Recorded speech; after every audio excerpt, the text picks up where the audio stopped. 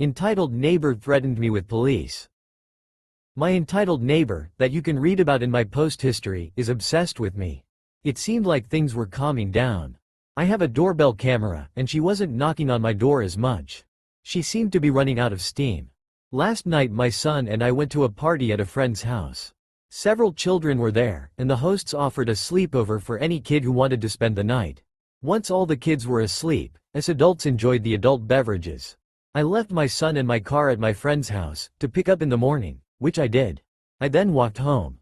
After I got home I went straight to bed. I was woken up by the doorbell camera. My neighbor was there. I ignored her, but I watched her on the camera. She said she knew I was home, and that if I didn't answer she would call a wellness check for me, because I came home with my son. I told her through the camera that he was at a slumber party and I wanted her off my porch.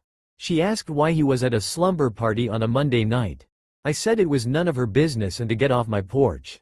She said she was going to call for the wellness check unless I showed her proof that he was okay.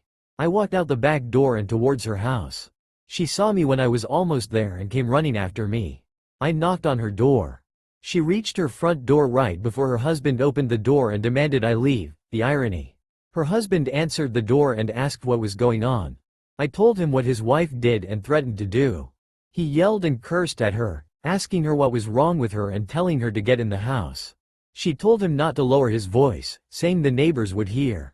He said the neighbors already think she's a word I'm not going to repeat because they see her knocking on my door all the time. She told him to stop, and he told her to get in the house.